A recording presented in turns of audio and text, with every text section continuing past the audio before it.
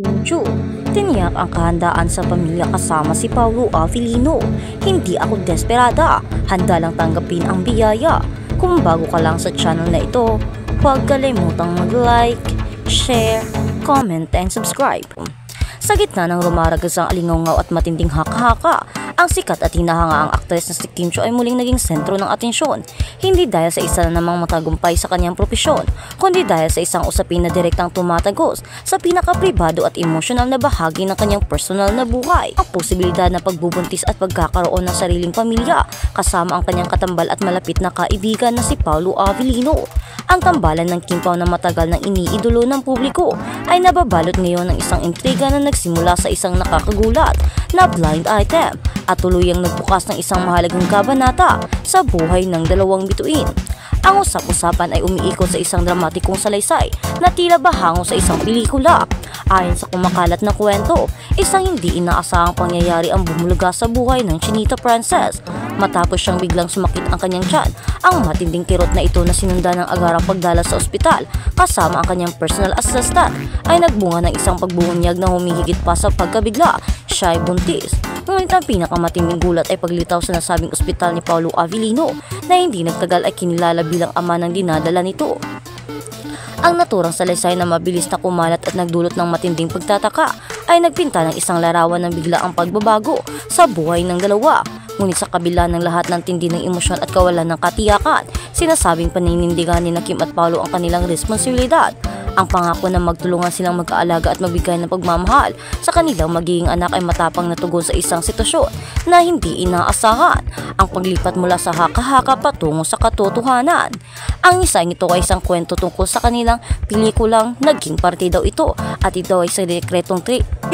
Pero sa ngayon daw ay binunyag. Hindi naman nila alam kung saan at kanino nanggaling ang script na ito at kung paano nila ito pinalabas. Pero isa lang, ang katotohanan dito, ito ay parte ng kanilang pelikulang The Alibi. Habang patuloy na umikot ang usapin ng biglaang pagbubuntis, ang atensyon ng publiko ay unti-unting lumipat sa mga tunay na opisyal na pahayag ni Kim Chiu mismo. Sa kanyang mga pagpapahayag, walang pag-alinlangang ipinahayag ni Kim ang kanyang pagiging bukas at handa sa posibilidad na pagdadalang tao sa edad na 34. Tila wala sa kanyang bokabularyo ang salitang takot pagdating sa pagtanggap ng mga responsibilidad na kaakibat ng pagiging isang magulang. Para sa kanya, ang pagkakaroon ng anak ay hindi isang balakid o isang burden na dapat iwasan, kundi isang malaking biyaya na galing sa itaas. Ito ay isang yugto sa buhay na handa niyang tanggapin ng buong buo at may pasasalamat. Ayun na nga, dahil nga sa naging parte ng kanilang pelikula ay natanong nga si Kim kung handa na ba siyang magkaroon ng pamilya at maging ina, at iyon nga ang kanyang sagot. Handang-handa siya. Sa edad na 34 ay nasa tamang edad na raw siya para dito. Wala raw siyang balak magkaroon ng takot sa mga responsibilidad na kasama nito. Sa halip puno ng pasasalamat at pagtanggap ang kanyang puso, anuman ang kalalabasan ng mga pangyayari. Ayon sa isang bahagi ng pahayag, ang kanyang pananaw ay nagpapakita ng isang Kim Chiu na hindi lamang ang dating Chinita Princess na puno ng inosensya, kundi isang babaeng may matibay na katatagan at emosyonal na lalim, handang maglayag sa bagong yugto ng kanyang buhay. Ang pinakamahalaga ng pahayag ni Kim Chiu ay ang kanyang paglilinaw. Ang kanyang pagiging bukas sa pagbubuntis ay hindi nangangahulugang siya ay desperada.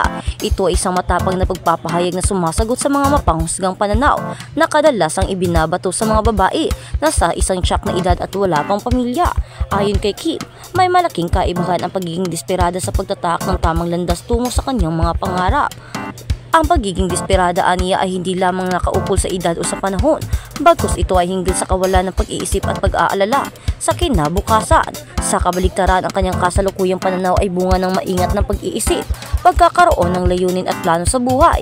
Ipinakita niya ang kanyang mga desisyon ay hindi basta-basta, kundi may kaakibat na commitment at kahandaan na harapin ang anumang magiging bunga, ang kanyang pagpapasya.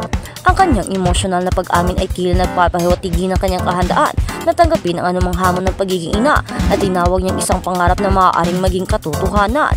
Ngunit binigyang diin niya na ang lahat ay mangyayari sa tamang panahon at hindi tamang dahil sa social pressure o sa age constraint. Ang pananaw na ito ay nagbigay ng inspirasyon sa kanyang mga tagahanga na nakita ang kanyang katagatagan at determinasyon na manindigan sa sarili niyang mga prinsipyo, ang pag-ibig ng Kim Pao at pagpaplano at tiyak na layunin. Hindi maiiwasan na ang mga pahayag ni Kim Chiu ay konektado sa kasalukuyang estado ng kanyang relasyon kay Paolo Avellino. Bagamat matagal nang nagiging usap-usapan ang tindi ng kanilang chemistry at ang matibay na samahan, ipinahayag ni Kim na masaya siya sa kasalukuyang estado ng kanilang relasyon. Ngunit binigyang diin niya na hindi ito nangangahulugan madali ang lahat.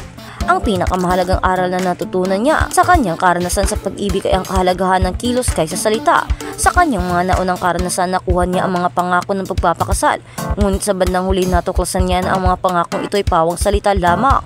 Dahil dito, ang kanyang pananaw sa isang future partner ay nagbago.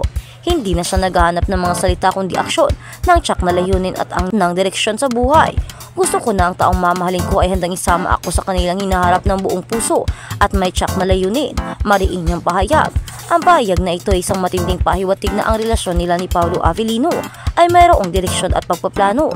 Ang matibay na pundasyon ng kanilang samahan na tila batay sa pagkakaisa ng pananaw at pangarap sa buhay ay nagbibigay ng dahilan upang maniwala ang publiko na ang mga alingaw-ngaw ng pagbubuntis ay hindi na imposible. Ang pagiging bukas ni Kim Chiu sa posibilidad ng pagiging ina kasama si Paolo Avellino ay nagpapatunay na nakikita niya ang aktor bilang isang partner na may sincerity at commitment na hindi lamang puro salita. Isang bagong kabanata ng katatagan at inspirasyon sa kabuuan ng mga kaganapan at pahayag na pumapalibot kay Kim Chiu at Paolo Avellino ay nagbibigay ng isang wake-up call sa publiko na ang buhay ng mga artista ay hindi lamang tungkol sa glamour at showbiz, kundi tungkol din sa tunay na buhay, pag-ibig, responsibilidad at pagpaplano. Ang pagiging bukas ni Kim Chiu sa posibilidad ng pagiging ina ay isang testamento sa kanyang emosyonal na maturity at katatagan. Sa kabila ng matinding pressure mula sa industriya at sa publiko, nananatili siyang positibo at grateful sa anumang pagbabagong darating. Ang kanyang pananaw ay nagbibigay inspirasyon sa kanyang mga tagahanga, lalo na sa mga kababaihan na naharap din sa mga isyu ng edad at social pressure na magkakaroon ng pamilya o magkaroon ng pamilya. Kung totoo man ang blind item o maging katotohanan man ang pangarap sa hinaharap, ang pinakamahalaga ay ang commitment ni Kim Chiu at Paolo Avellino na harapin ang anumang hamon ng buhay ng magkasama, batay sa kilos at hindi lamang sa salita. Sa gitna ng mga pagsubok at mga duda, nananatili ang pag-asa ng publiko na makakamta nila ang buong kaligayahan at kasiglahan sa kanilang pagsasama. Ang kabanatang ito, anuman ang kahinatnan, ay tiyak na magpapalalim pa sa pag-unawa ng lahat sa personal na buhay ng dalawang pinakamainit na bituin sa kasalukuyang panahon, at ang pagiging handa nila sa mga responsibilidad ito ay nagpapakita kung gaano sila ka-responsable ng mga tao. At sa kabilang banda, Kim Chiu umiyak na putulan ng buhok. Naiyak si Kim Chiu na putulin ang kanyang buhok, kaya nga diba sa pelikulang The Alibi ay kailangang maliit ang kanyang buhok o maiksi. Kaya naman, iyon na nga ang nangyari, diba? Nagpapaputol daw si Kim ng kanyang buhok. Alam naman natin na si Kim Chiu ay hindi talaga gusto ang putulan siya ng buhok dahil alam natin kung gaano niya ito pinapahalagahan. Kaya ang pangyayaring ito ay parang kakaiba at hindi naging magandang resulta. At iyon na nga, nagpa-hair extension na lang daw si Kim Chiu dahil pagkatapos ng kanyang pelikula ay hindi naman na maibabalik ang kanyang buhok. Kaya hair extension muna hanggang sa tumaas ulit ito at maibalik ang dati nitong ganda at taas.